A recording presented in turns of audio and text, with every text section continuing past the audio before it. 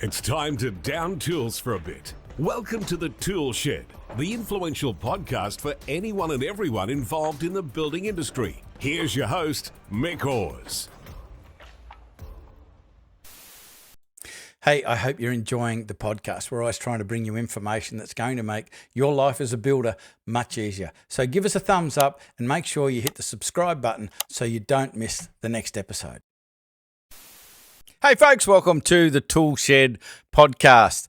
If you've been listening to this Tool Shed podcast in the past, you would have noted a bit of a pattern. We're always looking for people and philosophies and ideas and platforms and tools to help a builder make a better or build a better, more enjoyable, more profitable, more fulfilling building business.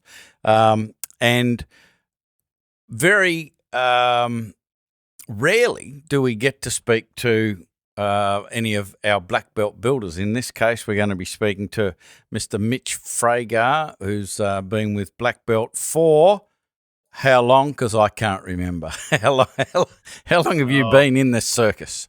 Oh, gosh. It'd have to be coming up to 6 years, wouldn't it? It feels like it. Yeah, it does feel like it. So,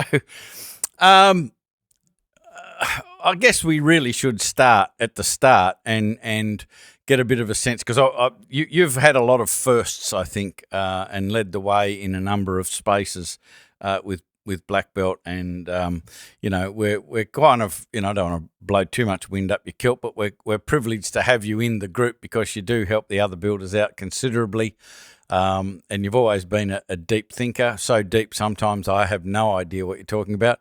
But let's start at the start, and if you can cast your mind back that far, why did you bother reaching out or even contemplating getting business coaching back in the day?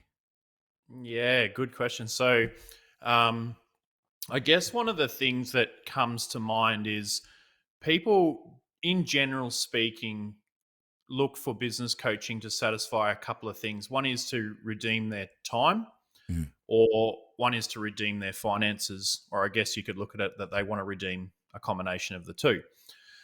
For me, it was definitely a combination of the two. It was probably erring more on the side of redeeming finances. At the time, I had just come out of a partnership which didn't work. And so consequently, I was in quite a low place mentally, financially, literally just treading water day to day, wondering how I was going to move on. Had no idea what the future held. And so reaching out to say, well, there's got to be someone that can help me through this. And so that sort of really was the catalyst to initiate the start of our business coaching journey, I guess. Yep. And you still haven't found anyone? No, I'm still looking. That's good. So I want to go deep, because I know you like going deep into the psychology of all of this. And like there's a very small percentage, it seems, a very small percentage of builders who consider putting their hand up for help, for business coaching. I guess that I don't know, do we think that we shouldn't need help? We should be able to handle it ourselves. What do you think that the roadblock is, particularly for Australian males, that they think, I've even heard it said, you don't need that bullshit. That's all shit. You can work it all out yourself. In my experience, that's not the case. It's very rare for a business owner, whether they're a builder or not, to be able to work it out themselves. I've seen a couple, but they're like unicorns. They're very rare. What's your take on it? Look, I think there's a lot to be said about what you just said. I know particularly when I very first started my business coaching journey with yourself, I was good friends with a mate of mine, and I was sort of, we used to catch up sort of once a week, and I would discuss the things that I'd learnt and business improvements. And he himself was also in business. I very vividly remember him saying almost to the word what you just said, which was, what do you need that crap for? I feel as though that if you've got a problem and you can't work it out yourself, then, what are you doing in business? And Mm. I was just like, at the time, it did make me question, what I was doing, and made me question I guess, the validity of the decision that I'd made as well. So, but I guess to answer your question specifically, what prevents people from reaching out and looking for help is, I think some of it is people don't know that there is somebody out there that is able to help. Mm. And also don't think that the society sort of tells us that to get ahead, we've got to do it and we've got to put the hard work in. And I think there's this stigma that if you're not working hard, if you're not battling, then how do you call yourself successful? Mm. And that's complete toxic thinking, as you know. So, I just think it's just that combination of people don't know what they don't know, and if it's almost like they take this badge of honor in the Mm. martyrdom, So um, that's not what we like, and I think that the Are You Okay days and the blue ribbon days and things like that are sort of really starting to tear down those stigmas that have been built Yeah. up around it. Yeah. But there's a long way to go. Yeah, so I guess does that sort of answer your question?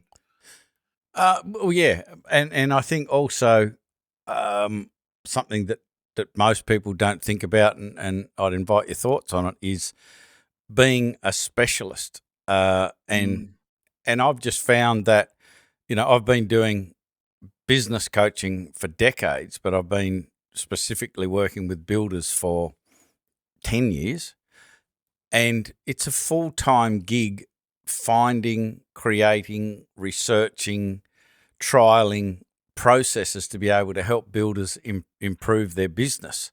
And from my perspective, I just really failed to see how you could do that and run a building business at the same time. And it's kind of like you get an accountant, because how long would it take you to figure all of that sort of stuff out, to do all that sort of things? You probably get a HR expert, because how long would it take you to learn all of that, legal and so on and so forth? Seems to me it's the sort of same with business acumen. What are your thoughts? yeah, look, I was just in a conversation just this morning with a chap, and he was explaining to me, like, I asked him the question, "What is your business good at?" And he goes, "Oh, relationships." And I said, "Well, specifically, because a business can't be good at relationships. A business is a business, right?" Mm. And he goes, "Well, we're in a small community. If we can go and satisfy the needs of the farmer down the road with his shed, or we can help Mrs. Smith, put up a handrail, and we've got the contacts that we need to get that done tomorrow." And I said, "Yeah, but what are you good at?" And he stopped for a moment. He's like, "Yeah, probably specifically not much. We do a lot of things well, but we're not good at anything specifically." And I said, "Well, you are good at something. You've just got to identify what that is, and you've got to press into that. As the saying goes, if you've got a brain tumor, you don't go and see a GP. You go and see a specialist. Mm. If you've got a building project that you want done, you don't look for the guy that's got construction, electrical, plumbing, air conditioning written on the side of his ute. You look at someone that says specialist in pole homes on the side of hills, if that's Mm. what your particular project is." Mm. And there's a lot of merit to that, is the looking for who does what you want well. And then the flip side of that is too, if you're niching and specializing in a particular field, all of a sudden your requirement of skill goes from this to this, because Mm. you can hone in on something specifically. Um, and like, I know for myself, I mean, I've been that person that does everything for everyone. I've been the yes man, and it wears you out. It just plain and simply wears you out. And the costs associated with that, with your own personal health, your mental health, your relationship with your kids and your wife or your partner, it all comes at a cost. Mm. Yeah, and it just takes a while. It takes a bit of experience to learn stuff. In fact, a very young person, like very early 20s, told me this the month or two ago. Experience is what you get just after you needed it. I thought that was very wise. But just talking again about just the psychology or the mentality of running and being somewhat successful in a business. I've heard so many times people saying, I drive my old shitty ute to site because I don't want the customer to think that I'm making too much money by turning up in a Flash Harry ute, that sort of stuff.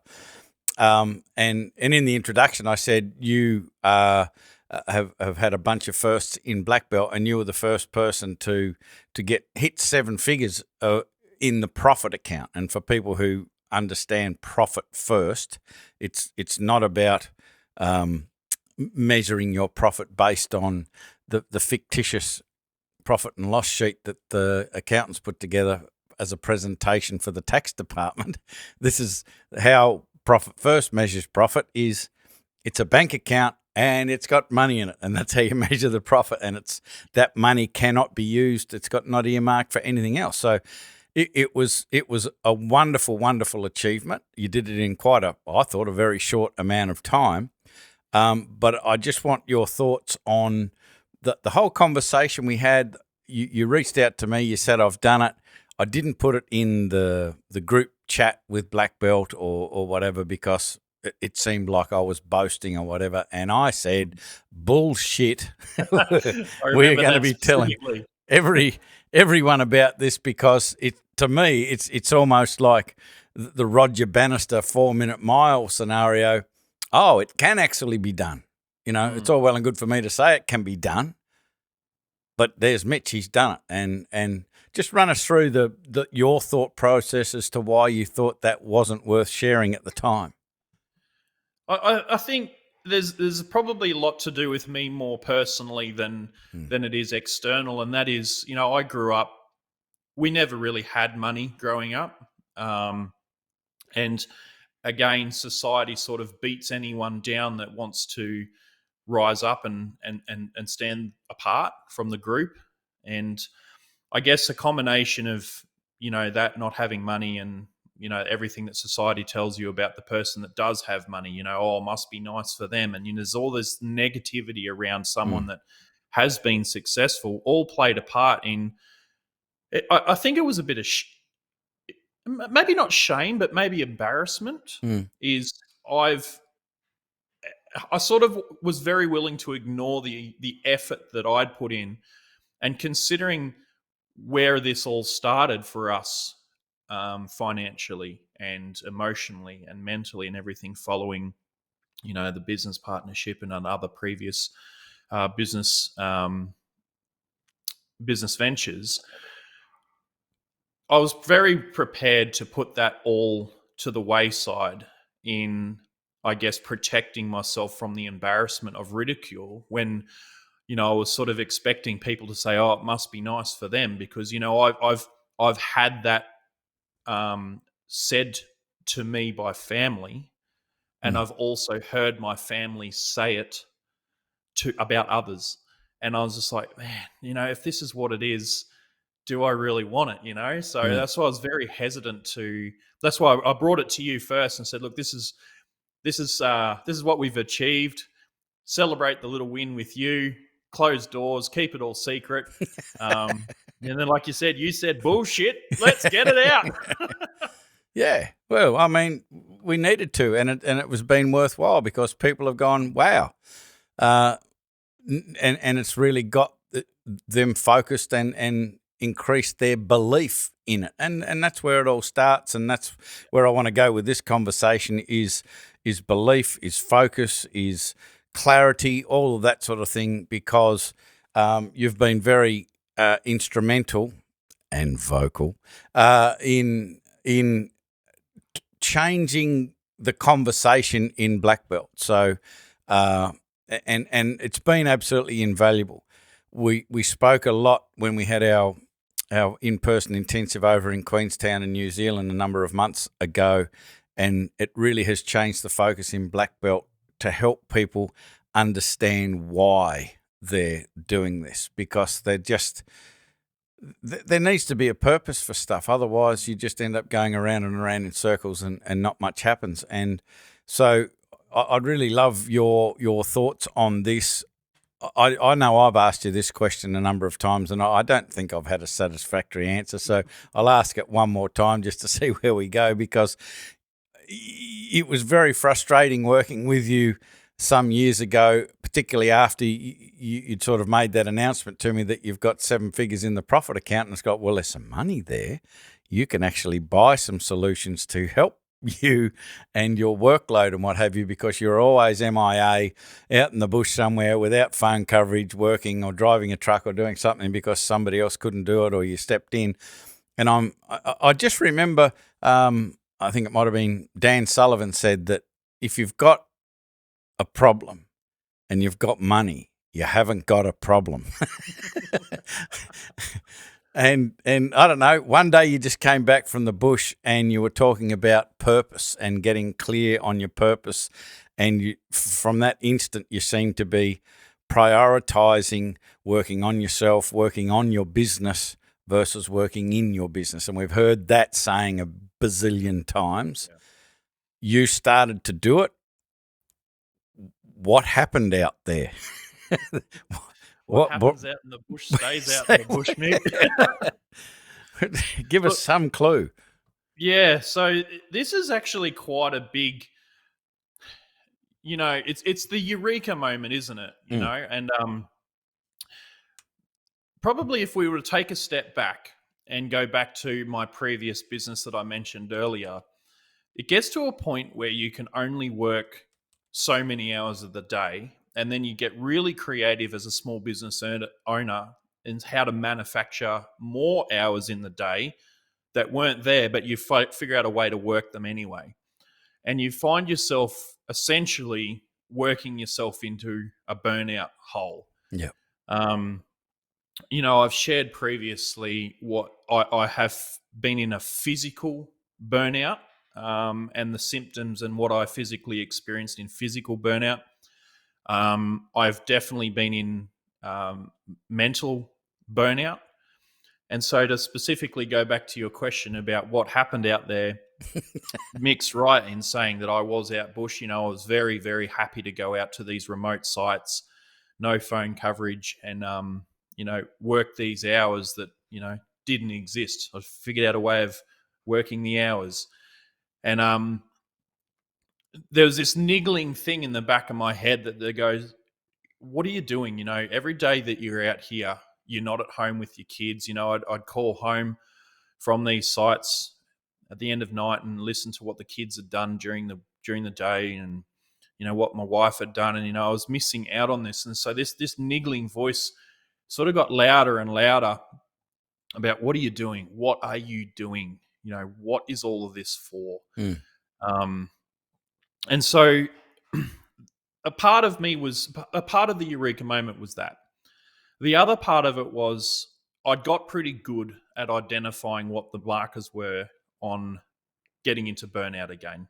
And this time, I definitely experienced the physical burnout. Like I said, I definitely experienced the mental burnout.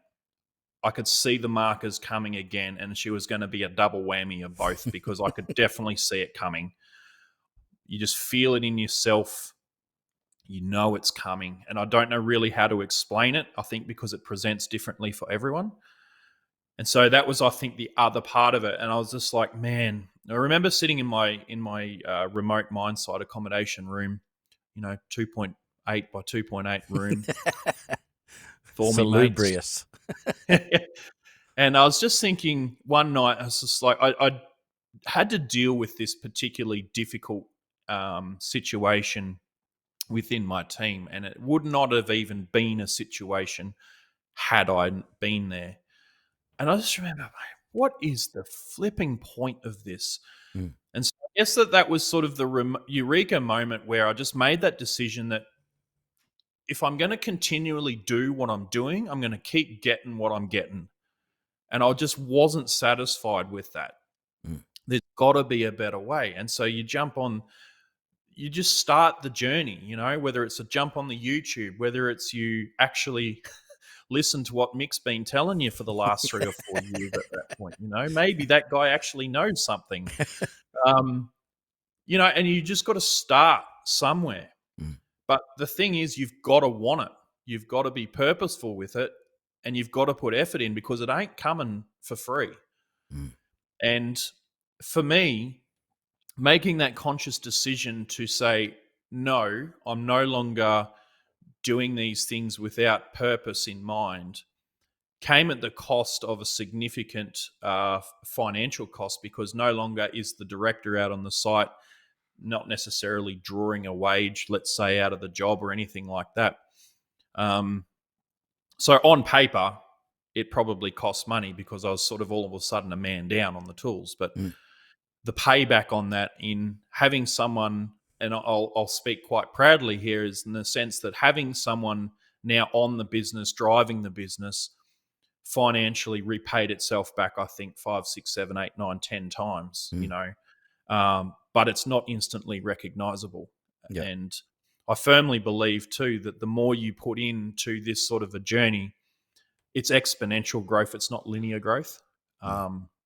You feel as though you spin your wheels for a long time, and it's very easy to lose focus, because you're so consumed by the distractions that you've allowed to go around yourself, and the chaos. And sometimes the chaos sings a song a lot louder than order. So, I could talk about this for hours. You've experienced that. Yes. Hey, Yes, I was about to say, and you do. Yeah, I just want to go back to what about. I want to go back to what you said there, that you're a man down, but having that clarity and getting into the detail of your purpose has paid back multiple times. And I just want your thoughts about the impact that it has when you step away from your business and you start to get clarity on what you're doing it for, and building a pathway towards that, and then starting to recruit the team into this purpose. Because I know one thing that you did, and maybe you want to unpack this a little as well, was you did a very, very brave thing that most people would say, I would never do that. That's craziness. And that was to completely open up the books to the team. So everybody in your team knows exactly who gets paid what, how much comes in, how much you get, what all the expenses are. And most business owners would go, that's craziness. I don't even want this manager to know what that manager earns. So it's all secret squirrel stuff. You've gone, here it all is, folks. I know you're a little bit nervous before you opened the book, but you did it anyway. Tell us what happened. I'm Mick Hawes from Builders Business BlackBelt. There's one roadblock in your business that, when identified and fixed, a whole bunch of other frustrating problems will disappear at the same time. So much time, effort, and money is thrown at problems in an attempt to fix them that often doesn't fix the problem and just leads to more frustration. And if this cycle continues, it increases stress and just makes running your own business an unenjoyable pain in the ass. And it doesn't have to be that way. Being a business owner can give you more time and financial freedom, and it can be super rewarding if you do it right. The key is to find your unique roadblock, which you're often too close to the action to see yourself. How do I know this? I've been working in peak performance and business coaching for over 3 decades, and with builders specifically for over 10 years, and I see it every day. So I encourage you to take the Builder's Success Scorecard right now. The link to take the scorecard is in the description. It's free. It'll take you about 90 seconds, and you'll have some quality feedback in your inbox before you know it. Oh, yeah, this is a big conversation, but so if we're going to talk about specifically about introducing what's called the great game of business, which is essentially, yes, it is open book management, but more than that, it's communicating well with your team. So as business owners, We always want our staff to act, think, and make decisions like what we do as owners. But the limiting thing that as to why that doesn't seem to happen is because we're not providing the resources to our team for them to do so. So open book management through the game of business, it's not just, here's the figures, now make decisions. It's here's the figures. This is what the figures represent. Now, on top of that, here's our profit and loss statement. And on a profit and loss statement, you have all of these lines. Might be cost of goods for materials, it's expenses for phone, it's training, whatever those line items are on your profit and loss statement. But the beautiful thing about it is every person in your team can put their name at least against one item on that profit and loss statement, because ultimately they have influence over that line.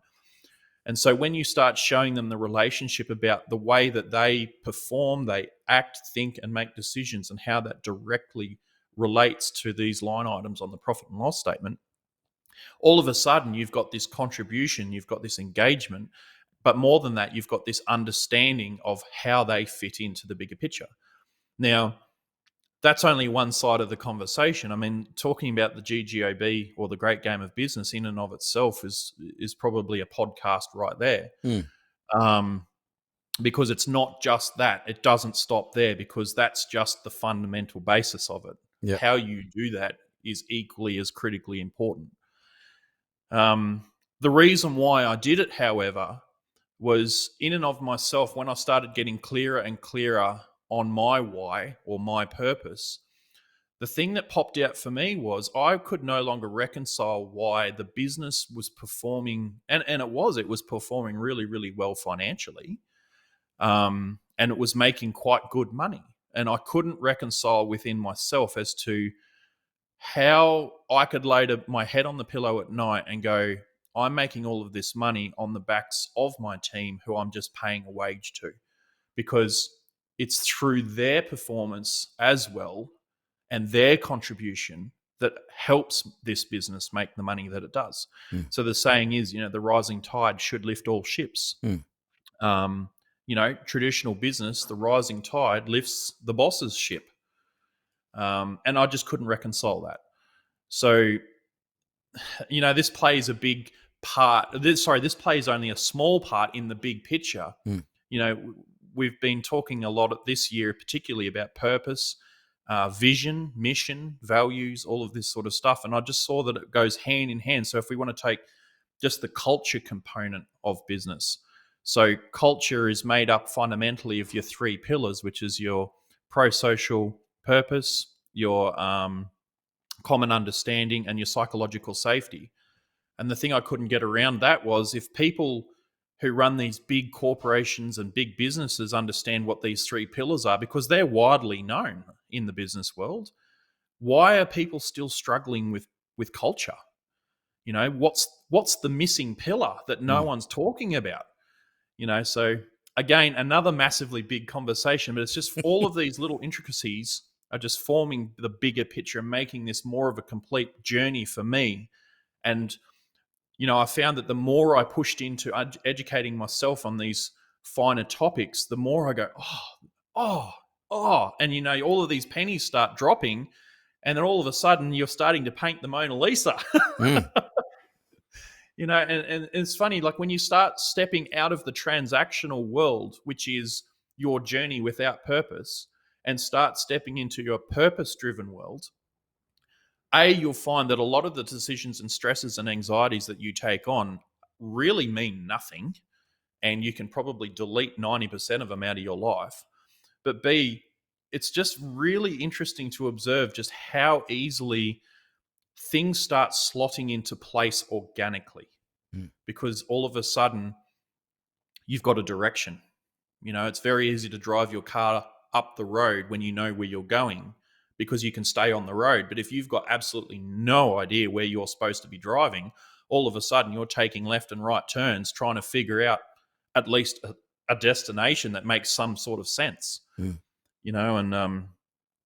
It's just forming this big picture. Like Marcus Aurelius has a quote that I've shared once before, and I think the quote goes something like, stop trying to figure out what it is, or stop trying to argue what it is to be a good man, and just be one. Mm. So for me, that was part of stop messing around trying to work out how to do this. Just do something, and I've made a lot of mistakes. And my team have been really gracious enough to allow me to make those mistakes for the most part.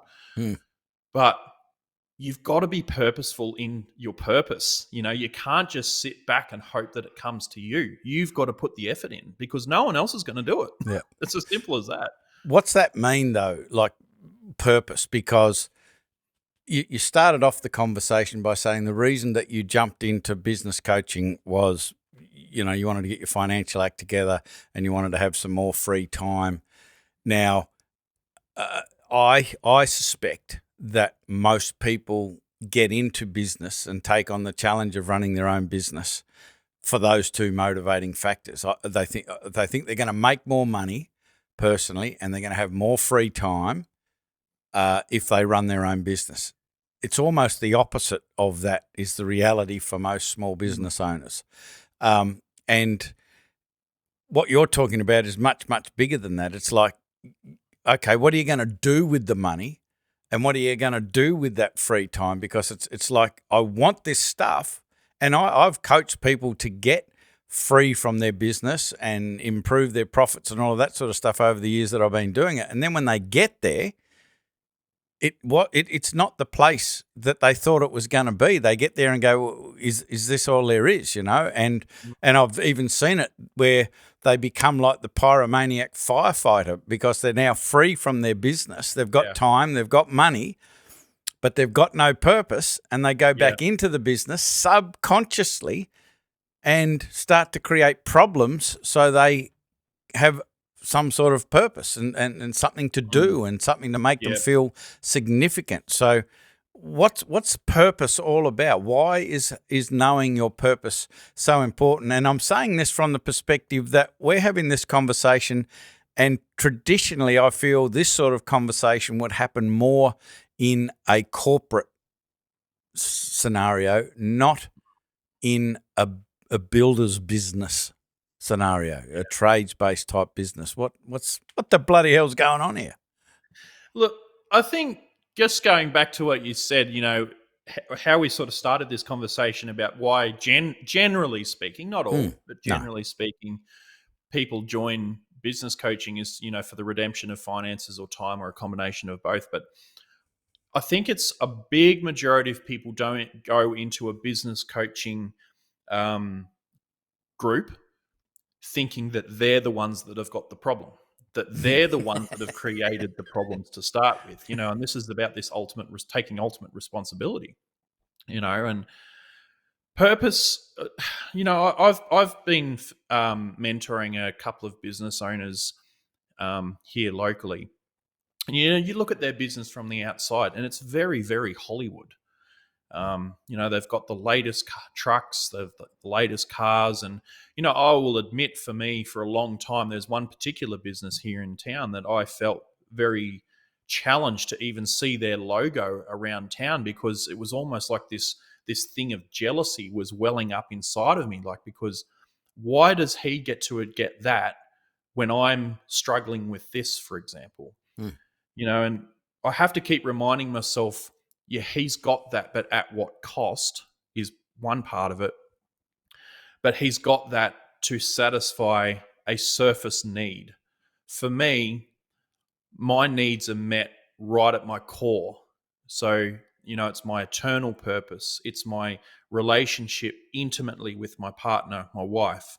It's my kids' love. And like my youngest daughter is going through a stage, she's 6, and she says good night to me every night. Good night, world's best dad. I love you, world's best dad. Have a good sleep. And there's this whole this routine that she goes through, and being called the world's best dad, that means more to me than having the latest work ute or having the newest truck on the block, And for me, the purpose comes down to what is it that is deeper than that superficial shiny car or whatever, and what is it ultimately that's going to last the test of time? People will forget the shiny ute. People will forget the new truck, but people will remember what Mitch was, what Mick was when he passes away. And I think that's, to me, why I'm involved in understanding my purpose and getting to know myself intimately. And look, to be honest with you, it's unlocking some really deep-seated things that I have been suppressing, that I wasn't even aware of for years. And How having the does how, to do I'm going to ask you a question that I already know we probably won't be able to answer fully, but we're talking about purpose, and I just want to ask, like, how do you find it? And there's just so many parts, and there's so much time involved to be able to get clarity on your own purpose, your own why. And in fact, what we're doing at the moment is there's a bunch of us in BlackBelt that are getting together to create a step-by-step process to help people find their purpose faster, or at least, without getting distracted, and just giving them a pathway, which I think is going to help significantly. So it's going to take time. But just for people listening to this, have you got any suggestion at all as to where they could at least start? What can they start doing to move towards potentially getting clear on what the hell they're putting all this effort in for and making all of this sacrifice for? I think, yeah, you do have some validity, in as much as I'm not going to be able to answer that in totality. But I think there's a few things that you can do Yeah. that will help. And that is, the first one is you got to want it. And what I mean by that is you can't, I've said this multiple times, even just in this podcast, you can't just sit back and expect it to come to you. You've got to want it, and you've got to do something about it. So for me, that meant taking time where I left the phone in the office or whatever. And I did this purposely in the middle of a working day, because, with resistance is the greatest source of growth. So for me to take time out of a very busy working day, leave the phone at the office, and then disappear out the bush and sit out there by myself and my notepad for 3 hours was very, very hard. So I think the first thing you do is you've got to take the time, remove your distractions, and be purposeful. And then in conjunction with that, the second thing I think you need to do is ask yourself the question, why? And when you answer your why, ask the why on the why answer. So for example, why did you start business in the first place? And it might be very well be that you hated your boss, or you wanted time freedom, okay, so time freedom's a good one. A, have you got it? And B, if not, why not? And then you just keep going down this rabbit hole with yourself. And so, and then the exercise I use is, I've got one of those remarkables, to keep those distractions out of my time. And, I'll write the question, why did I go into business? And then I'll write my answer. And then the very next line, why? Question mark. And then I'll write an answer. And then the next line, why? Question mark. And I'll just keep answering that over and over and over and over again until I can't physically ask another question, why?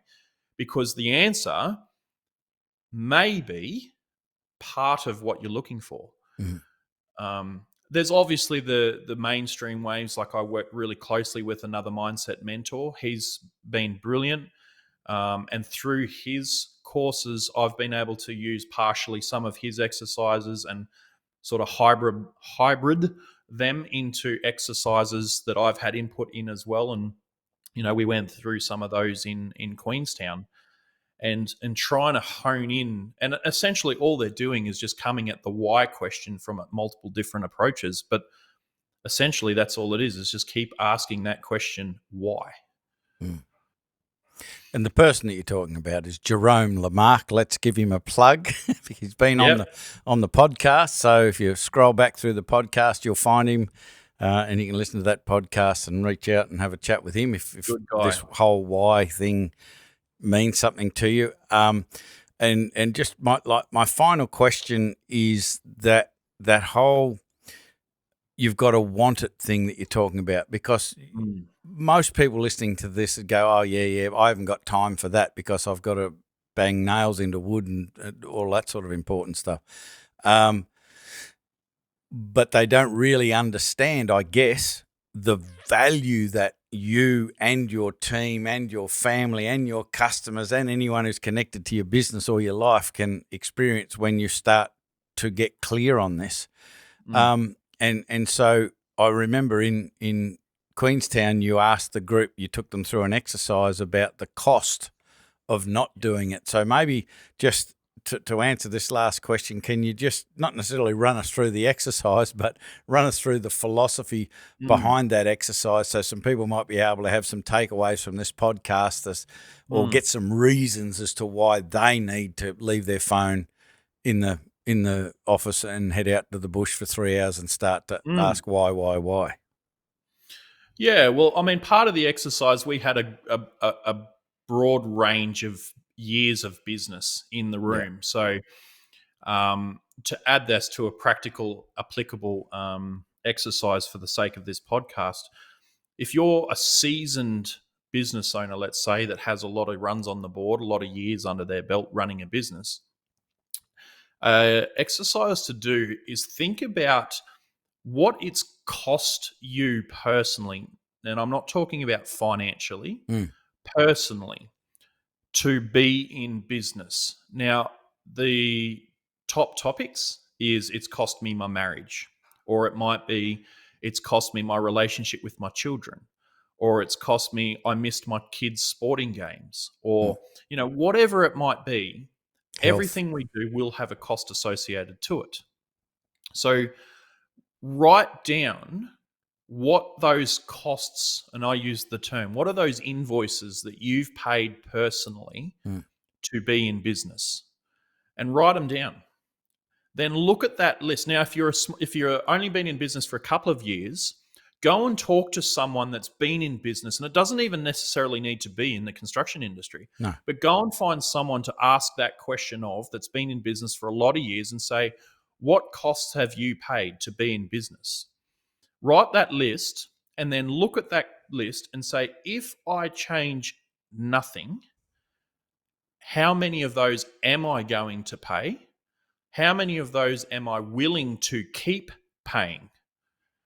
And it's a big question to ask yourself, because all of a sudden you've got to be very honest with yourself and say, I've got to this point. I've identified how much that's cost me to get here. If I keep going on the trajectory that I'm going on, if I change nothing, if I don't start looking into my purpose, if we ignore all of that for a second, am I willing to keep paying these costs? Or in the case of younger guys, am I willing to pay the price that these older guys have paid? And it's a very raw question to ask yourself, because, like I said, it requires you to be very honest with yourself, and you've got to be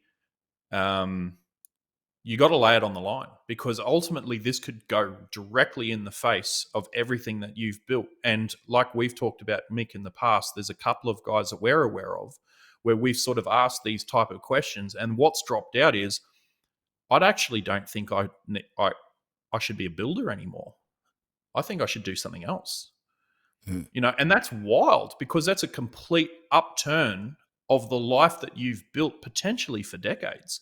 But what's the point in keeping on going down the path of something that means nothing for the sake of social acceptance, which is essentially not leading an authentic life?